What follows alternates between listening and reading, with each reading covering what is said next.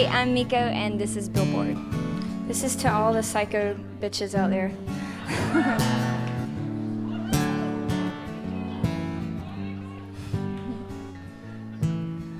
You don't know who you're dealing with, do you? I don't know if I've been hurt a lot. I've probably been hurt as much as everyone else, but I just have an outlet and, writing songs about it instead of, beating people up. That's my, it's easier for me just to, get mad, get pissed off, write a song, and be done with it. So I don't ever have like a set time that I pick up my guitar and like try to write a song. I have guitars all around my apartment, so if I'm feeling like, if I'm bored or whatever, I'll pick up my guitar, and if I write a song, it's usually in 20 minutes or it's, a half song that I never finish, so it's either all or nothing at that point.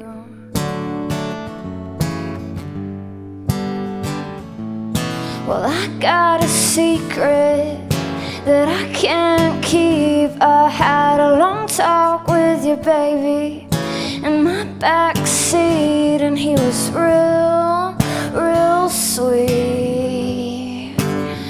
Yeah, he was real sweet.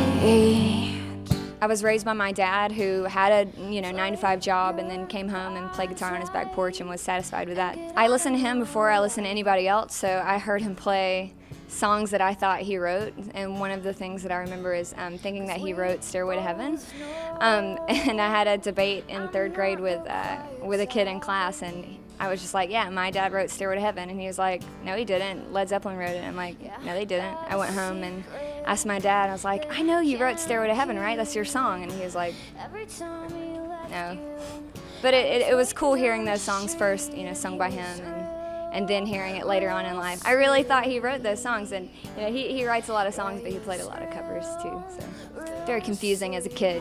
What we had was really magic.